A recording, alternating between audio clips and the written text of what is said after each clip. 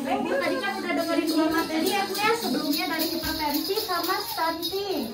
Nah sekarang di sini saya akan, sebelumnya perkenalkan dulu Bu. Nama saya Salma Fadila, saya dokter muda dari Puskesmas Paseh. Nah di sini saya akan menyampaikan materi mengenai infeksi saluran pernapasan akut atau disingkatnya dengan ISPA. Nah sebelumnya karena ibu tadi sudah mendengarkan dua materi, kita ice breaking dulu ya Ibu. Ibu tahu nggak lagu Aku Anak Sehat? Tahu ya? Kalau tahu ikut nyanyi bareng saya ya Bu ya. 1, 2, 3. Aku anak sehat, tubuhku kuat, karena ibuku rajin bekerja. Semenjak aku bayi, selalu diberi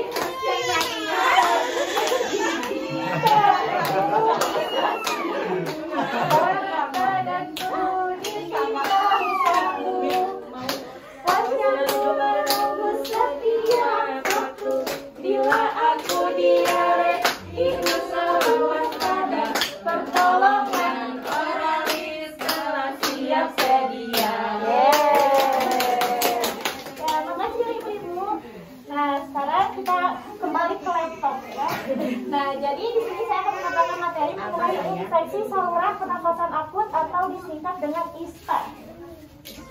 Nah, coba di sini ibu-ibu ada yang tahu nggak ISPA itu apa? Coba ini kejadiannya banyak nih Bu di masyarakat kita nih. Coba ISPA itu apa?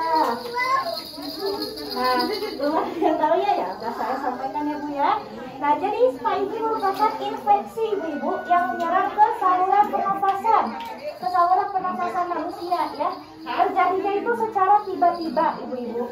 Nah, dan ISPA ini dia terjadinya di seluruh kelompok umur, tapi biasanya paling banyak itu terjadinya pada anak usia 2 bulan sampai 5 tahun dan juga kelompok tua atau kelompok lansia.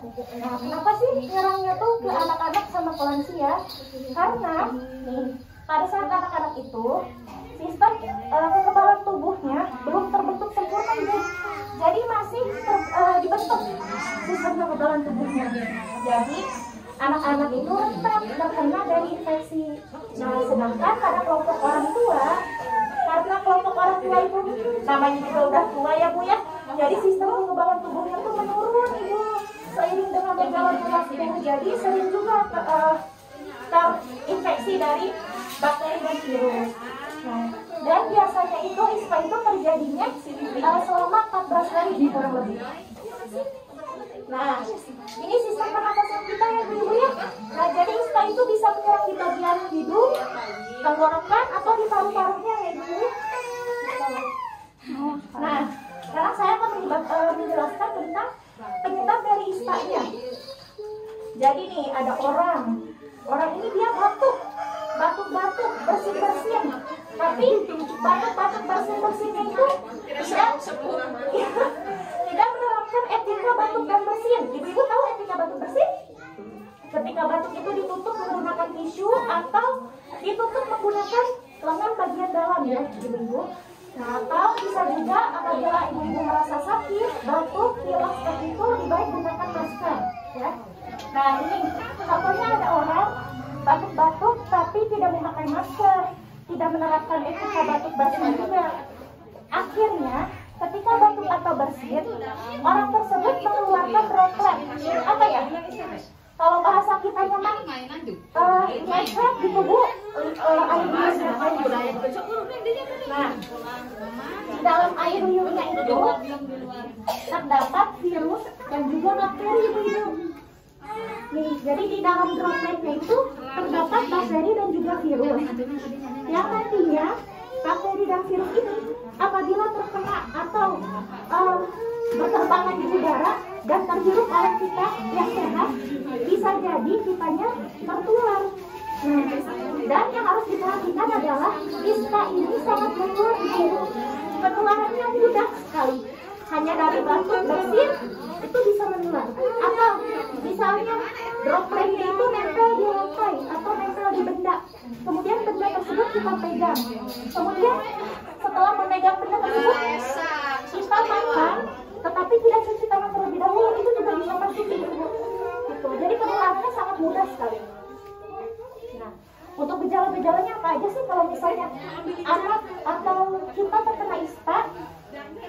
terasa yang pertama bisa demam ya ibu ya, jadi suhu badannya tinggi. Kemudian bisa juga batuk-batuk, bersin-bersin. Setelah batuk-batuk dan bersin-bersin, pilek, jadi hidungnya itu meler. Kemudian tersumbat begitu.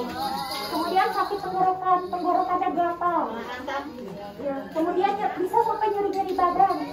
Dan yang lebih parahnya bisa sampai sesak nafas ibu, jadi sulit untuk bernafasnya. Begitu. Nah, apabila anak-anak atau kita terkena ispa di rumah, maka yang bisa kita lakukan pertama mengatasi dari demamnya. Nah, biasanya ibu-ibu di sini kalau anaknya demam suka diapain nih? Coba. Dikompresnya pakai air apa bu? Ya, air hangat kuku ya. Ya, selain itu, selain dikompres, untuk misalkan masih nggak turun, suhu badannya kasih paracetamol. Ya, betul ya. Ya, betul sekali ibu. Penanganan demamnya sudah bagus ya. Selain itu, apabila anak demam, pakaikan pakaian yang menyerap keringat ya ibu ya. Ya, yang tipis yang menyerap keringat pakaikan. Dan dikompresnya jangan pakai air dingin, tapi air hangat kuku ya. Kenapa? Karena kalau misalnya pakai air dingin, nanti suhu badannya tiba-tiba turun dan bisa menyebabkan kekacauan dari sistem pengontrolan suhu di dalam tubuhnya seperti itu. Ya. Kemudian istirahat yang cukup, karena dengan istirahat yang cukup juga bisa membantu mempercepat dari penyembuhan ispanya ya bu ya. Nah, kemudian perbanyak juga cairan, karena kalau lagi demam kan suka keringetan ya ibu ya. Jadi itu tuh bisa menyebabkan dehidrasi kalau banyak cairan yang keluar kan tidak asupan cairannya kurang, jadi harus banyak minum. Kalau bayi-bayi kita dikasih ASI, kalau udah gede boleh dikasih air putih yang matang ya ibu ya, jangan dikasih air yang lain. Apalagi si kopi ibu tuh jangan teman ya. Nah terus makan makanan yang bergizi juga ibu, jadi supaya membantu penyembuhan dari anaknya ya. Nah kita juga bisa mencegah ibu-ibu dari terkena ispa tersebut. Nah caranya yang pertama tentu makan makanan yang bergizi ya, supaya sistem imun kita menjadi kuat, jadi tahan banting, tidak mudah terinfeksi oleh virus dan bakteri. Kemudian olahraga juga yang teratur, karena dengan olahraga teratur itu bisa meningkatkan juga sistem kekebalan tubuh. Ini sudah ada penelitiannya ibu-ibu. Olahraganya apa? Kalau misalnya kita ya sebagai ibu rumah tangga nyuci, ngepel gitu loh, itu kan udah kesangan ya ibu ya, udah bisa olahraga. Nah terus istirahat yang cukup tadi sudah dijelaskan ya ibu ya. Dengan istirahat yang cukup juga bisa membantu memperkuat kekebalan imun kita. Nah kemudian apabila ibu-ibu merasa batuk-batuk atau pilek-pilek, pakai maskernya ibu ya.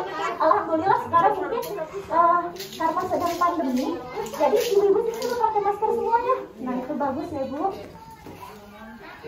Nah kemudian jangan lupa cuci tangan dimanapun ibu. Gak apa-apa kita jadi orang yang parno dengan cuci tangan terus-menerus daripada kita nggak cuci tangan sama sekali. Dimanapun boleh cuci tangan itu, atau pakai hand sanitizer ya bu ya, jangan lupa dibawa. Nah, ini untuk penjelasan dan ispanya cukup sekian. Ada yang mau ditanya dulu ibu? Ya gimana? Kan kalau demam itu suka panas. Kalau panas itu suka step. Kalau langkah yang harus dilakukan itu apa? Ya. Mungkin untuk izin menjawab ya bu ya. Nah untuk stepnya sendiri mungkin nanti pertama untuk bayi bisa dikasih sendok bu di bawah lidahnya supaya tidak tergigit, karena bisa jadi saat step itu kan ada infus-infus yang maksudnya ada rangsangan-rangsangan yang tidak sadar ya bu ya, jadi bisa step gitu. Nah dan langkah keduanya langsung dibawa ke dokter seperti itu, dan sambil dijaga anaknya gitu, jangan sampai jadi kesadarannya turun ibu, jadi tiba-tiba lemas terus temenin gitu. Mungkin seperti itu ya bu. Tapi jangan sampai step ya bu ya, karena kalau udah step tuh biasanya suka ada kerusakan gitu di otaknya, jadi untuk dihindari jangan sampai ya. Semoga sehat-sehat terus di sini ibu semuanya sama adik-adiknya gitu.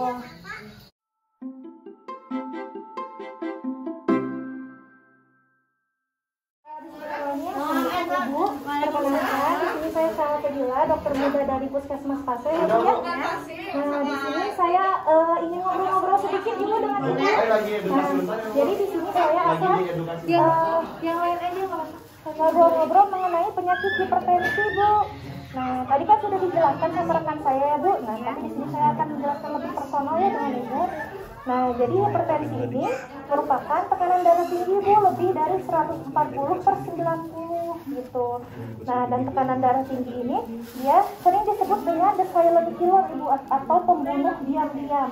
Karena bisa timbul tanpa gejala, Bu, gitu bahayanya dari hipertensi ini. Nah, untuk apa aja sih yang menjadi faktor resiko terjadinya hipertensi pada seseorang? Nah, jadi ada resiko yang tidak dapat dimodifikasi, artinya tidak dapat diubah. Mau bagaimanapun, ya sudah seperti itu gitu keadaannya. Seperti umur, biasanya terjadinya tuh hipertensi itu pada umur yang kelompok lebih tua. Gitu. Kan kalau umur mah nggak bisa diubah ya, Bu, udah dari sananya. Kadang yang masih muda hipertensi Iya, juga. betul, bisa umur muda, tapi kebanyakan pada umur tua. Kemudian jenis kelamin, biasanya itu pada perempuan lebih banyak, Bu. Jadi kita sebagai perempuan harus lebih waspada gitu terhadap hipertensi ini. Kemudian riwayat keluarga atau genetik, apabila di keluarga ibu ada yang mengalami hipertensi, kemungkinan tidak menutup kemungkinan kita juga bisa terkena hipertensi seperti itu. Dan ada resiko yang dapat dimodifikasi. Nah, kalau ini resiko yang dapat dimodifikasi ini bisa kita ubah, Bu, seperti itu. Seperti kegemukan atau obesitas. Nah, kan bisa dengan olahraga ya, Bu, dengan diet seperti itu.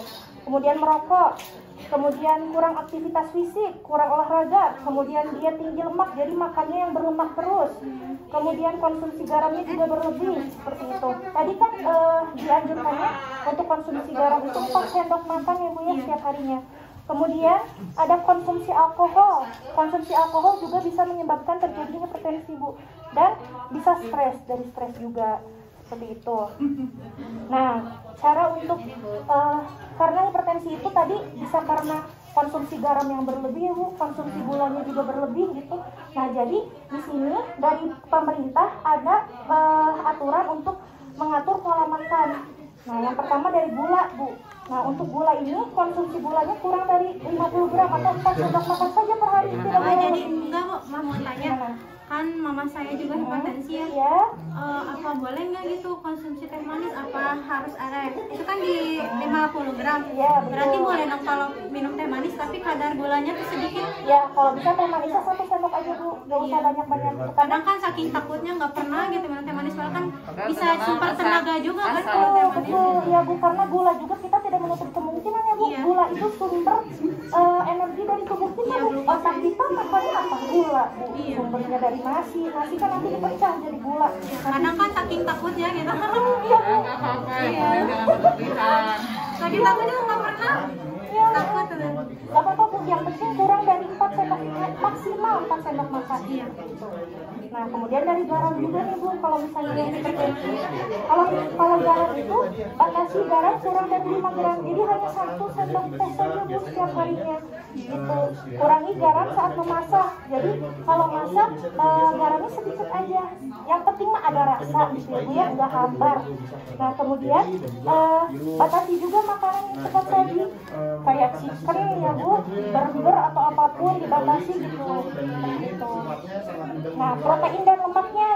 Nah, batasi daging berlemak dan minyak goreng kurang dari 5 sendok. Jadi kalau bisa makannya tuh yang goreng-goreng dikurangin. Gitu. Lebih banyak yang direbus-rebus gitu ya. Seperti kayak orang tua saya tuh makannya walu, Ibu tahu ya, walu direbus gitu. Makannya tuh yang kayak gitu. Emang itu labu juga bisa nurunin hipertensi juga ya? Kalau Apa saya buat nyimbangin aja gitu? buat nyimbangin aja. Kalau orang tua saya lebih suka makan ubi rebus gitu. Kalau bisa yang direbus-rebus gitu ya. Gitu. Terus makan ikan sedikit tuh 3 kali per minggu, Ibu. Jadi lebih baik makan banyak ikan gitu. Ya. Kemudian buah-buahan dan sayuran. Ini penting sekali, Bu, buah-buahan dan sayur-sayuran untuk tubuh kita tuh. Nah, kalau di sini disarankannya 5 porsi, Bu. Ini banyak sekali, 400 sampai 500 gram oleh pemerintah disarankannya. Buah-buahan dan sayuran per harinya. Kemudian, di mana satu porsinya itu setara dengan 1 buah jeruk, apel, mangga, pisang, atau 3 sendok makan sayur yang sudah dimasak. Jadi buah-buahannya boleh apa saja, pisang, jeruk, mangga gitu. Kalau bisa satu hari itu sebanyak kurang lebih 5 porsi gitu ya Bu ya. Nah, kemudian untuk mengontrol hipertensi nih, yang pertama, kontrol tekanan darah secara teratur. Kan bisa ke puskesmas ya Bu, diukur tekanan darahnya rutin. Sekarang lebih mudah di posyandu juga. Iya, alhamdulillah. Ini kan sekarang di posyandu ada ya, gak usah ke puskes gitu. Kemudian tekanan darah tinggi itu sering terjadi tanpa gejala Bu. Jadi kita tidak merasakan apa-apa, sehat, taunya ternyata darah tinggi. Betul Ibu. Nah, makanya kenapa disebutnya silent killer atau pembunuh diam-diam gitu, karena memang tak suka tanpa gejala gitu ya. Kemudian tekanan darah yang tidak terkontrol akan menimbulkan komplikasi Bu. Ini komplikasinya banyak sekali hipertensi itu, nanti saya jelaskan di belakang. Kemudian pastikan ketersediaan obat di rumah. Kalau mama minum obat Bu? Ya, amlodipin yang 5 ml. Ya betul. Nah, jadi itu amlodipinnya harus selalu ada di rumah ya Bu ya. Kemudian obat penting untuk menjaga tekanan darah gitu. Jadi obatnya harus selalu diminum. Kemudian minum obat teratur dan sesuai dengan anjuran dokter. Kemudian ketahui efek samping obat yang Anda minum. Terus hati-hati dalam menggunakan obat bebas. Jadi hanya gunakan obat yang dari dokter. Seperti itu. Kemudian ketahui tekanan darah. Normalnya kan dari 120/80 bawah ya. Seperti itu. Nah, komplikasinya ini bisa kemana-mana Bu. Bisa ke penyakit jantung, bisa stroke, bisa ke penyakit ginjal, bisa ke retinopati, kerusakan retina, jadi bisa menimbulkan kebutaan. Kemudian bisa juga penyakit pembuluh darah kecil. Iya, suka sakit ini. Iya betul Ibu. Kemudian gangguan saraf dan juga bisa ke gangguan otak Ibu sampai ke sana. Jadi hipertensi itu memang bahaya sekali. Gitu. Nah, ini untuk mengukur tekanan darah kita. Nah, ini untuk pencegahan dari hipertensinya. Yang pertama, cek kesehatan secara rutin ya Bu ya. Kemudian nyiapkan asap rokok. Kalau bisa di sekitar ibunya jangan sampai ada yang merokok. Iya, memang suka di luar gitu, apalagi punya balita kan bahaya. Iya, jangan sampai ya Bu ya. Kemudian rajin aktivitas fisik, usahakan olahraga sehari 30 menit aja Bu cukup. Gitu. Olahraga ringan-ringan aja, terus dia seimbang tadi Bu. Nah, untuk porsi makannya bisa dilihat Bu ini. Jadi untuk setengah piring itu bisa diisi sayuran dan buah-buahan, 1/4 piringnya untuk proteinnya, dan 1/4 piringnya itu dengan nasi. Ya. Kita masih balik 30 Iya Bu. Nasinya yang Betul, betul Bu, setengahnya nasi, 1/4-nya lauk, 1/4-nya lagi sayur. Malah kadang sayurnya nggak ada ya Bu ya. Itu. Kemudian istirahat yang cukup juga Bu. Jadi jangan begadang. Tidurnya jam 9 sudah tidur, bangun subuh kan itu enak ya Bu ya, ke badan kita lebih segar gitu. Nah, kemudian kelola stres. Jangan banyak marah, dibawa enjoy aja gitu Bu. Tapi kadang katanya kalau lagi hipertensi tuh gampang emosi ya. Iya, nah itu Bu. Terpancing gitu. Makanya kita harus kelola stresnya seperti itu. Dukungan orang-orang terdekat. Betul, betul sekali Bu. Nah, kemudian untuk cara mengendalikan hipertensinya, ini ada singkatannya tadi patuh ya Bu ya, sudah dijelaskan. Yang P-nya periksa kesehatan secara rutin gitu ke dokter. Kemudian untuk A-nya atasi penyakit dengan pengobatan yang sudah diberikan oleh dokter. Kemudian yang T-nya tetap diet dengan gizi yang seimbang. Kemudian tadi sudah dijelaskan ya Bu untuk yang porsi dalam satu piring tadi. Kemudian U-nya upayakan aktivitas fisik dengan aman. Jadi tetap olahraga walaupun 30 menit seharinya. Terus hindari asap rokok, alkohol, dan juga zat karsinogenik lainnya gitu Bu. Jadi kalau bisa dihindari ya dari asap rokok dan juga alkohol gitu.